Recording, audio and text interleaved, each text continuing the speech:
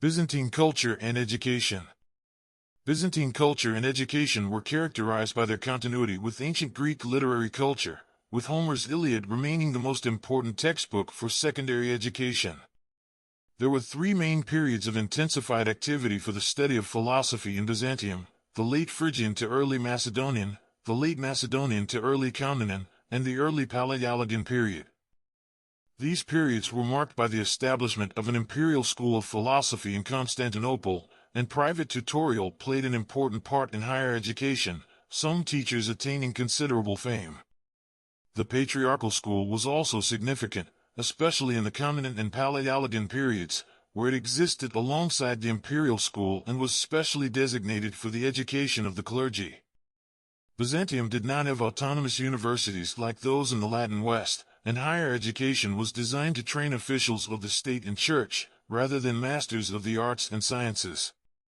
The Greek-speaking world was small and decreasing, and there was scarcely any demand in it for very specialized scholarship. Furthermore, theology never developed into the kind of systematic discipline it became in the Latin West, and logic was never acknowledged as an ancillary discipline, although it was taught at the Patriarchal School, at least in the Palaiologan period. All this contributed to the prevalence in Byzantine higher education of an encyclopedic ideal and to the preference of rhetorical over philosophical studies. The standard philosophical curriculum in Byzantium combined elementary Aristotelian logic and natural philosophy with elementary mathematics. The range of courses was slightly expanded in the late 1040s to the 1070s, when Michael Psellos and John Attalos were consuls of the philosophers. The logic texts usually studied were Porphyry's isagogy as well as Aristotle's categories, De Interpretation, Prior Analytics 1.1-7, and Sophisticai Elenchi 1-7. In natural philosophy, extracts from Aristotle's Physics, Degeneration et Corruption, and Meteorology would be read, whereas the mathematics course consisted mainly of Nicomachus' Introductio Arithmetica and the first 6 books of Euclid's Elements.